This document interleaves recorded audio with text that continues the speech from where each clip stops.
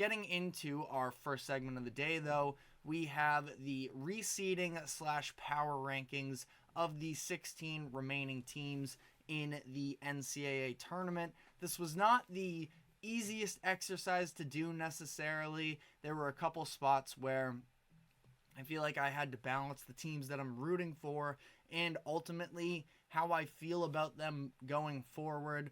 The seeding format here also sort of helped to put it into tiers as well, but that's also where sometimes, specifically if you look at the bottom of the 2 seeds and the top of the 3 seeds, it's really hard to pick some of those teams over one another. So again, not the easiest exercise in the world for me, but at the same time, I had to go with my gut and go with some of the key facts. But all of this being said, the 1 seeds that I have in this reseeding exercise, I have UConn, Houston, Purdue, and Arizona.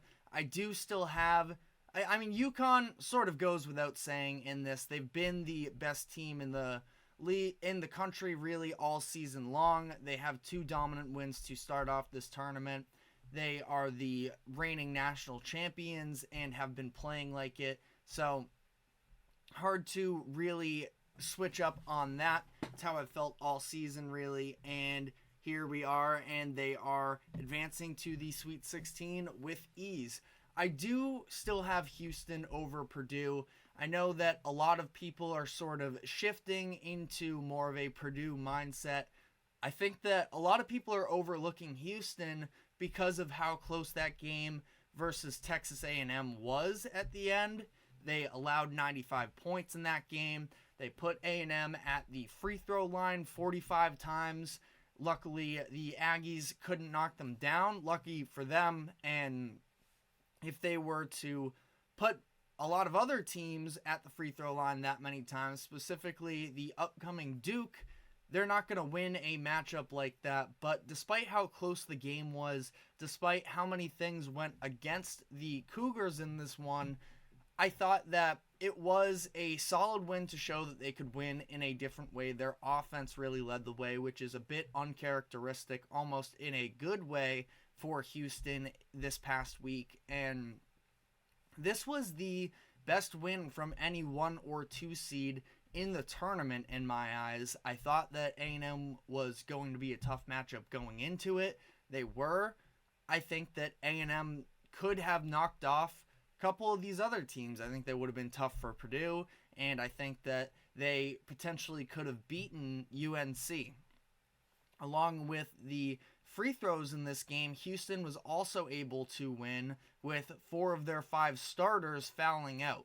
Their defense didn't perform to the level we expect of them maybe, but their offense showed that they are capable of winning some high-powered offensive games as well. And don't get it twisted, this is an elite defensive team. They actually fell because of this to the number 2 overall defense, but again, I have faith in Kelvin Sampson and the infrastructure of this team. Jamal Shed is a leader of all leaders, and I think that Houston is still a very tough out, despite some people souring on them. I had Purdue at number 3. Can't drop them outside of the top 3. Really, it's been these 3 teams in UConn, Houston, and Purdue all the way through the season. Purdue has dominated their way through the first 2 rounds. They've won their games by a combined score of 67, so ridiculous stuff there. Zach Edey has put up 53 points, 35 rebounds, and 6 blocks in these first 2 games. He is clearly a mismatch that very few teams are properly equipped to handle, and that's great. But what happens when they do run into a team that can play Edey better? How will the rest of their guys step up? I think that Trey Kaufman-Renn has an argument to have been their second best player through these first couple games. He has really impressed me, someone who only averaged just above 6 points per game during the season, but has been really impressive in a handful of ways with some of the rebounding, second chance points, forcing the other teams into foul trouble as well. You expect Edey to draw a lot of fouls, but specifically against Utah State, I thought that Kaufman-Renn did a very good job of that as well. Lawyer, Jones, and Braden Smith haven't been bad, but they also haven't stood out to me tremendously yet in the tournament. Now, Purdue hasn't needed them to, so that's a big part of it. Braden Smith had 10 assists in that game against Utah State, or was it the first game? 10 assists in one of these games, as it was anyways. So, again, not like they have really had to be called on frequently yet, but when they do, what is that going to look like? Ultimately, I went with Houston over Purdue because that's how I felt headed into the tournament, and honestly, nothing has swayed me yet. Now, I can see how some people would sort of be bought over by Purdue. I mean, this was a massive weekend for them last week, being able to overcome sort of the fraud allegations that surrounded them because they were the 1 seed that was upset last season, but an incredible start to the tournament for them, and now they are pretty much out of harm's way from losing to a bad surprise program where we had, in a lot of ways, a very chalk Sweet 16 here, and it is really just the best of the best. There really isn't that embarrassing loss that could come their way going forward. So credit to Matt Painter and Purdue for being able to bounce back. Let's see how long their run can last. But again, it's been those 3 teams at the top, and then that 4th team, the final number 1 seed, has been more of a debate going back to even entering the tournament, and even still now, there are arguments you can make for a couple teams here. I decided to go with Arizona. They have 2 very convincing wins, but they have also dealt with some level of adversity, at least. Long Beach State, they were playing for their coach who was fired before the conference tournament. They had some motivation there. They kept it close in the first half, but they just were not able to keep up with the Wildcats down the stretch. Arizona ended up winning by 20. And then in that second game in the round of 32 against Dayton, they controlled the Flyers all the way through. They got the lead up to 17 points at one point, and Dayton just didn't let up. They had just come off of a game where they came back from 17 to beat Nevada, and they kept playing them hard, would not quit in this game. It forced Arizona to play a full 40 minutes, and they did so convincingly.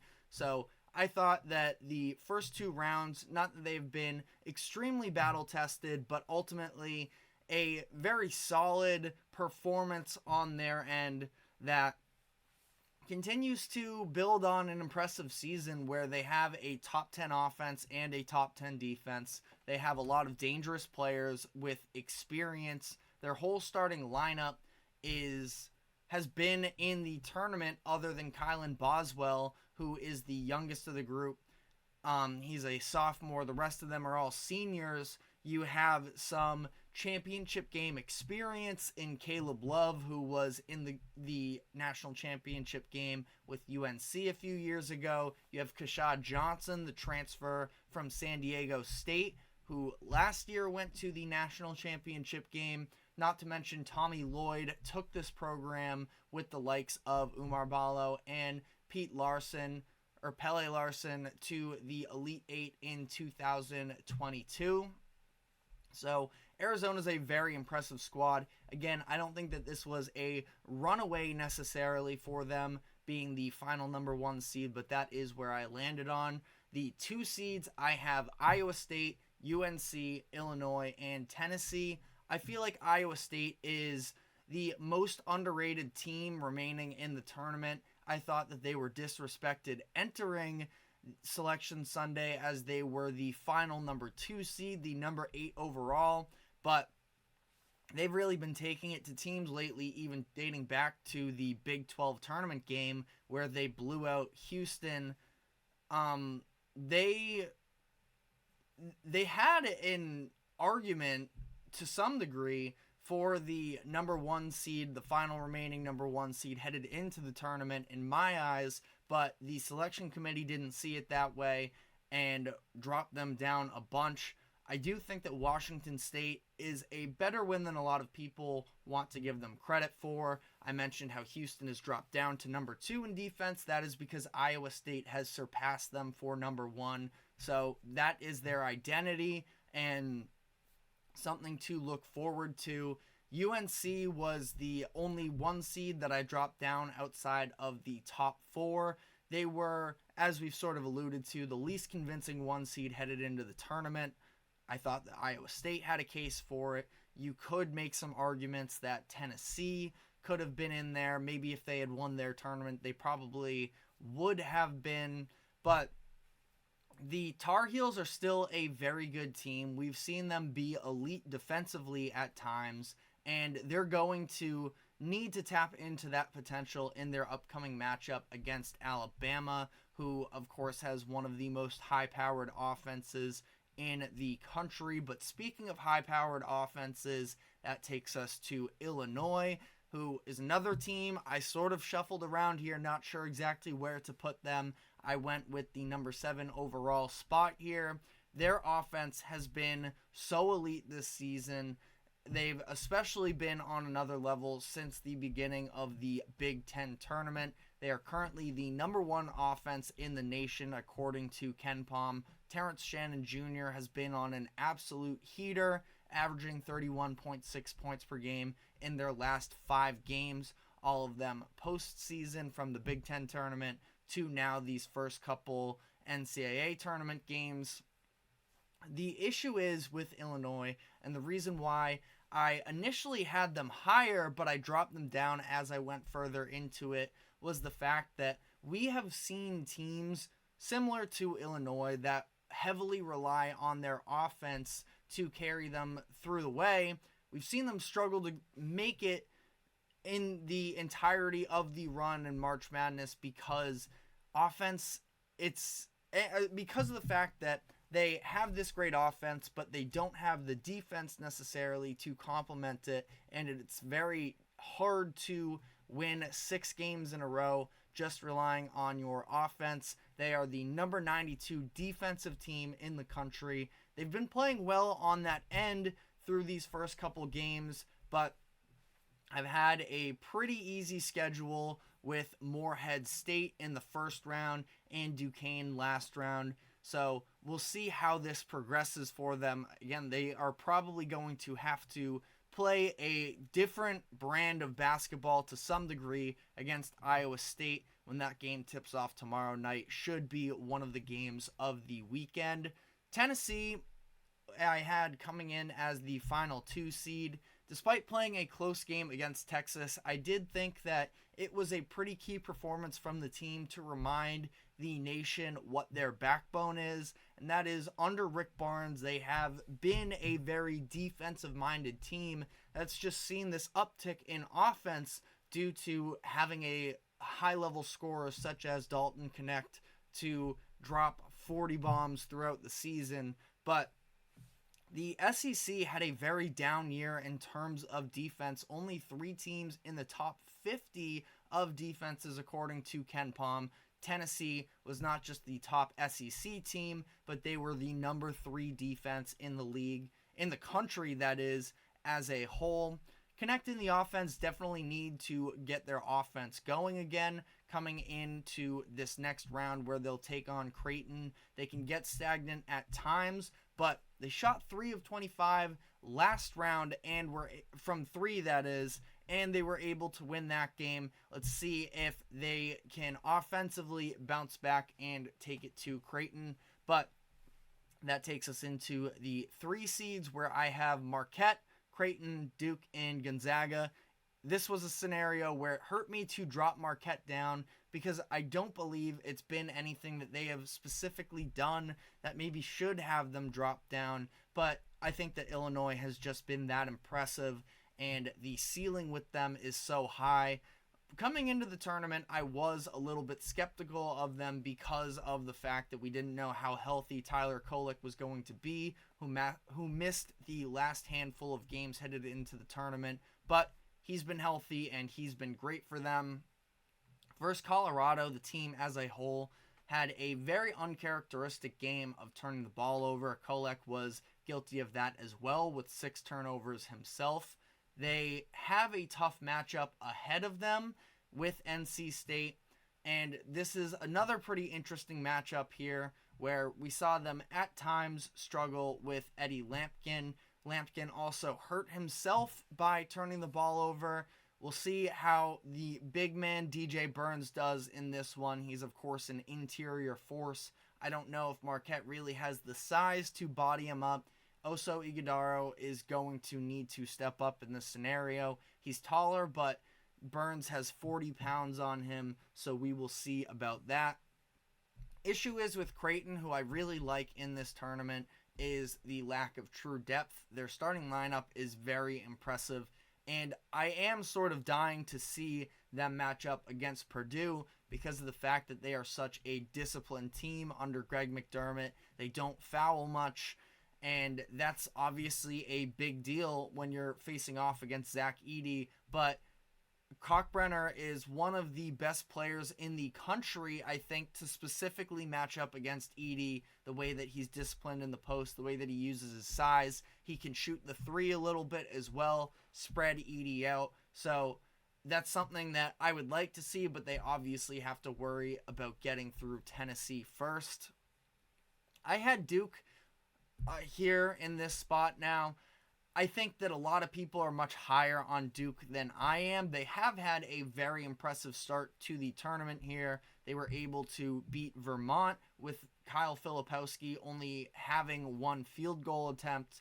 Then they blew the doors off of the Cinderella, candidate in JMU. I just don't feel as good about them in these big moments where we saw them get swept against UNC during the regular season. They lost their first ACC tournament game versus NC State. When the game gets more physical for them, I do worry about them a little more. They have some more youth, and sure, they have the guys like Roach who can be some veteran performers for them here, but I think that Houston is a really tough matchup for them.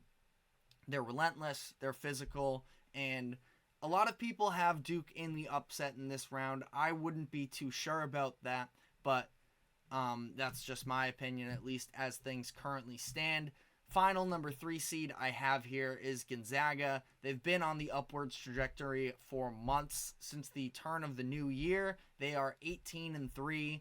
And last round, we saw them really take advantage of Hunter Dickinson's lack of mobility in the pick and roll, led to a massive offensive output for the Bulldogs. And they should be able to have at least an opportunity this upcoming game against Purdue to do a similar thing against Zach Edey, where he has never been a tremendous perimeter defender. What's it going to look like for that Purdue defense, which is much improved from last season, but what happens when you take Edey out of the paint there? If they're going to compete with Purdue, it's going to probably be a high-scoring game for them. They need to avoid fouling as much as possible and keep their best players on the court. We've seen Graham Ike get himself into foul trouble in big spots before. As their leading scorer and rebounder, he is going to need to be available for them to have a chance in this game. Rounding it out here with the 4 seeds, I have Clemson, Alabama, San Diego State, and NC State. Clemson is a very solid team all around. They were able to take it to Baylor despite their best player in PJ Hall playing only 19 minutes because of foul trouble. All season long, they have had various players step up for them in big moments. They've been able to come away with some big-time games, and I was a little worried about Clemson because of the fact that they were staggering a little bit coming into the tournament, but this is a very solid, talented team, and they should provide a pretty solid matchup against Arizona. If I'm going to be wrong about anything in this tournament as a whole, though, it is going to be Alabama.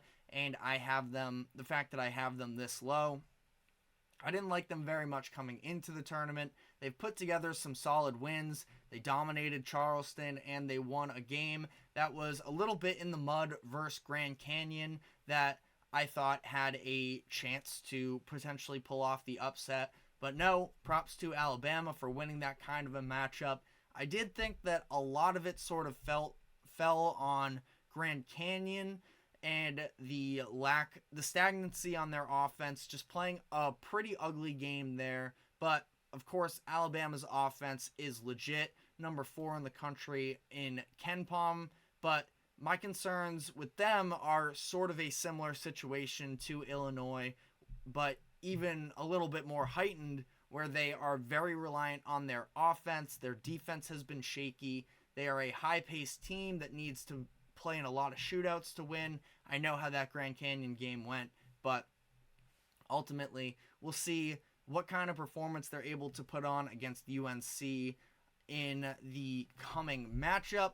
I did unfortunately have NC State as the final seed here. I hope I'm wrong about it, but San Diego State made the national championship game last season with much of the same team other than Johnson. That's sort of why I'm leaning towards them in this scenario. I'm a sucker for Jaden Ledee. I think that he is a dog. He's been incredible so far to start the tournament.